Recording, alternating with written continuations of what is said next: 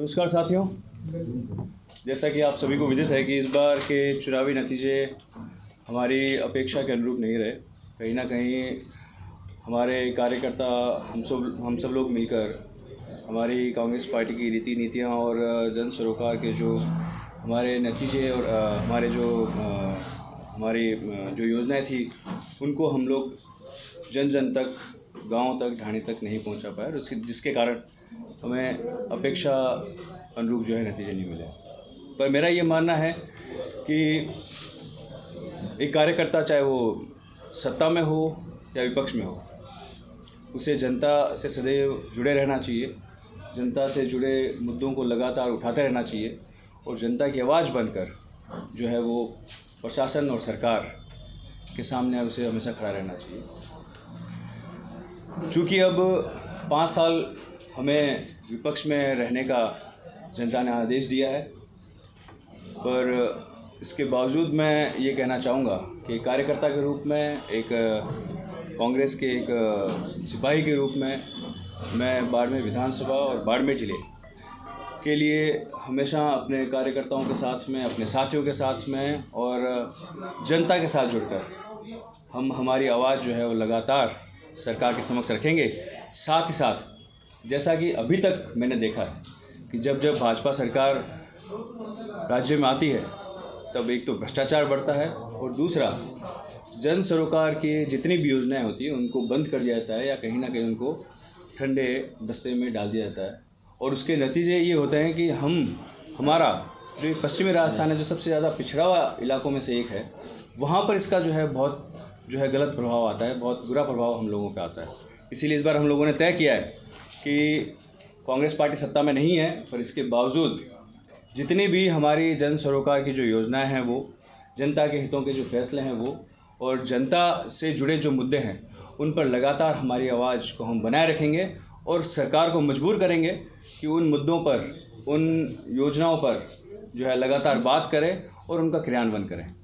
आज इसी के तहत कांग्रेस के कार्यकर्ताओं से रायशुमारी कर कांग्रेस के वरिष्ठ नेताओं से रायशुमारी करके और बड़े नेताओं से इस बारे में अपने विचार साझा कर उनके विचार लेकर एक हम लोगों ने आने वाले 5 सालों के लिए राज्य सरकार के समक्ष एक मांग पत्र रखा है।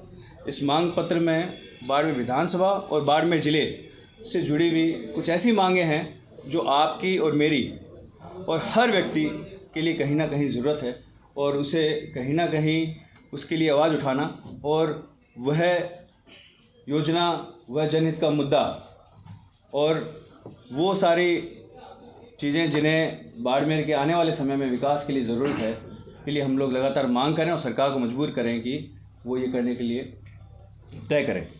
इसी कड़ी में मैं आप सभी के समक्ष रखना चाहूँगा कि बाड़मेर विधानसभा में जो हमारा मांग पत्र है उसके महत्वपूर्ण बिंदु हैं।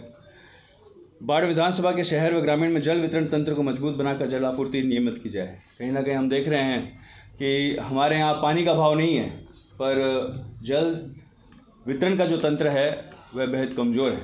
और अब इस सरकार से मैं ये उम्मीद करता हूँ कि जल वितरण तंत्र को मजबूत बनाकर हर घर तक पानी पहुँचाने का जो है वो प्रयास किया जाए। और कहीं ना कहीं अगर अब किसी अधिकारियों ने या कहीं ना या किसी भी तरह के तंत्र ने अपनी कोताही बरती तो वो लोकतंत्र में हर जायज़ तरीके से हम जिस तरह से अपनी मांग रख सकते हैं उसके लिए वो लोग तैयार हैं। हमारे यहाँ बायो ड्रेनेज सिस्टम का भारी दिक्कत है, भारी कमी है। शहर के अंदर जो है लगातार जल भराव हो रहा है, ये एक बड़ी समस्या है। इसके लिए वाटर लॉगिंग की समस्या से किस तरह से निजात दिलाया जा सकता है, इसके लिए एक पूरा खाका तैयार है। वो खाका मैं स्वयं जो है वो सरकार के समक्ष रखूँगा और मैं चाहता हूँ कि उसका क्रियान्वयन हो तो इससे हमें निजात मिले। प्राथमिक स्वास्थ्य केंद्र, मुख्य स्वास्थ्य केंद्र, मुख्य चिकित्सालय, सभी विद्यालय महाविद्यालय में ये अभी तक का भाजपा का जो मैंने देखा है, जितने साल सत्ता के मैंने देखे हैं, उसमें होता ये है कि हमारे यहाँ स्वाभाविक है कि हमारे यहाँ जो शिक्षक है उनकी कमी है, चिकित्सकों की कमी है, और जो शिक्षक और चिकित्सक हमारे यहाँ शिक्षा का अभाव होने के कारण ज़्यादातर बाहर से हैं और बाहर के जो व्यक्ति जो ट्रांसफ़र करा के यहाँ से चले जाते हैं और हमारे यहाँ सारी सीटें खाली रह जाती हैं। ये एक बड़ी दिक्कत वाली हमारे सामने दिक्कत आती है हमारे सामने, और अमूमन ये भाजपा राज में ऐसा होता है, उसको कहीं ना कहीं बंद किया जाए, रोका जाए और ये तय किया जाए कि हमारे यहाँ की कोई पोस्टें खाली नहीं हो। खेलों में हम लोग लगातार आगे बढ़ रहे हैं, पर पिछली सरकार की जो खेलों की योजनाएं थी, चाहे वो ग्रामीण ओलंपिक हो और खेलों के प्रोत्साहन देने के लिए जितनी भी सारी योजनाएं थी, अगर वो बंद होती हैं तो हमारे खिलाड़ियों को बहुत नुकसान होगा। मैं ये पूरी कोशिश करूँगा कि वो योजनाएं, ख़ास तौर पे इस मारवाड़ में हमारा जो पश्चिमी क्षेत्र है, जहाँ पर खेलने के लिए खिलाड़ी को खेलने के लिए बहुत कम एक्सपोजर है, वहाँ पर इस तरह की योजनाएं बंद नहीं हों और उनके लिए साधन संसाधन किस तरह जुटाए जा सकते हैं, इसके पूरे प्रयास हों।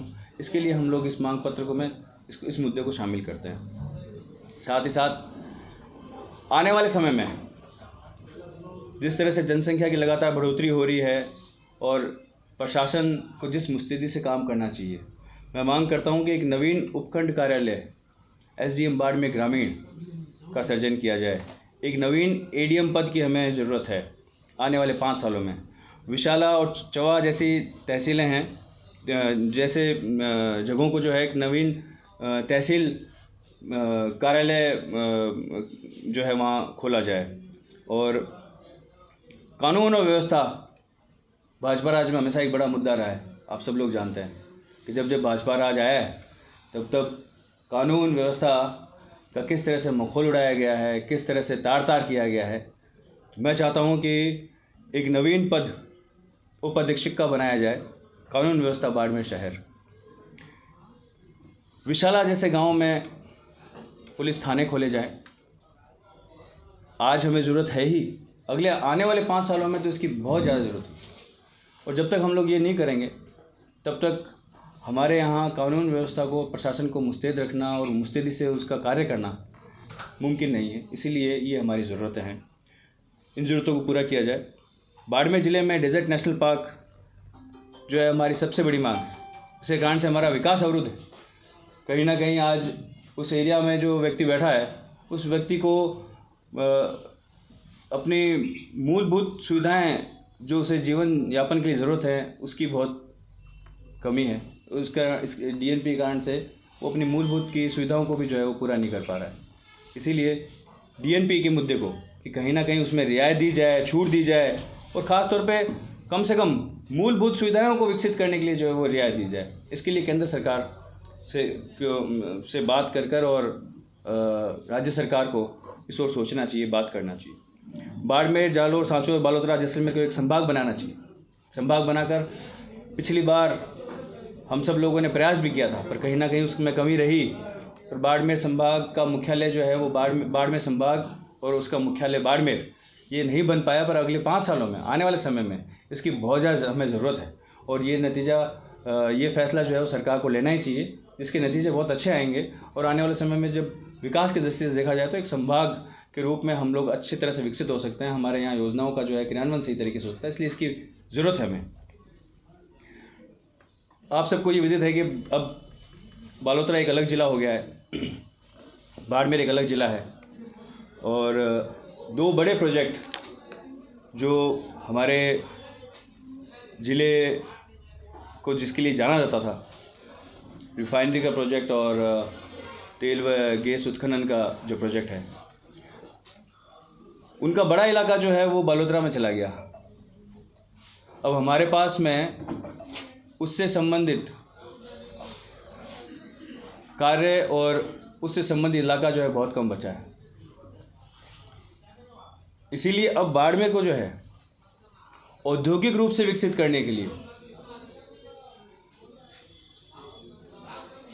हमारे यहाँ नए उद्योगों की जो स्थापना है उसमें प्राथमिकता देने के लिए बाड़मेर को एक औद्योगिक ज़िले की श्रेणी में रखा जाए।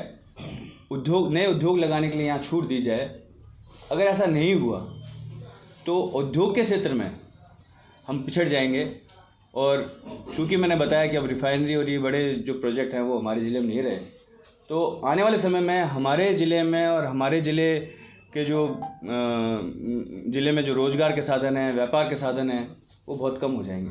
इसीलिए ज़रूरी है कि उनसे जुड़े हुए उद्योग वो हमारे यहाँ लगाए जाएं। हमारे यहाँ ज़मीन की कमी नहीं है, हमारे यहाँ साधनों की कमी नहीं है, इसीलिए उससे जुड़े हुए उद्योग जो है वो हमारे यहाँ लगाए जाएं।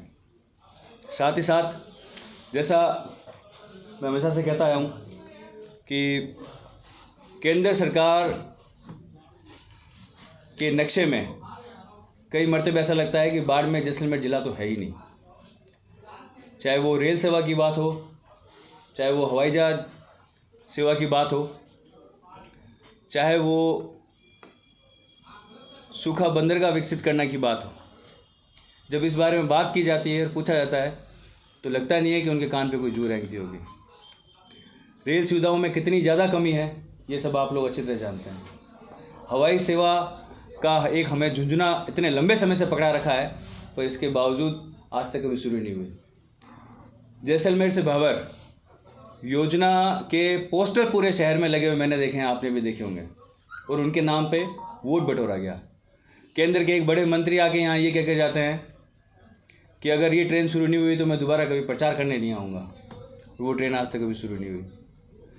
इसीलिए चूँकि अब केंद्र और राज्य सरकार जिसके नाम पे इन्होंने वोट मांगा, कड़ी से कड़ी जोड़ी जाए, डबल इंजन की सरकार बनाई जाए, जिस नाम पे इन्होंने वोट मांगा है, अब वक्त है कि वो अपना वादा पूरा करें।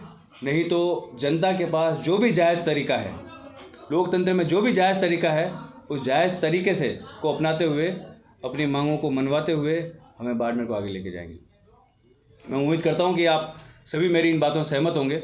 और सबसे बड़ा जो विषय वो ये है कि सरकारें आती जाती रहेंगी, नेतृत्व तो बदलता रहेगा, लोग आते जाते रहेंगे, पर बाड़मेर जो हमारा इलाका है वो हमारी अपनी पहचान है।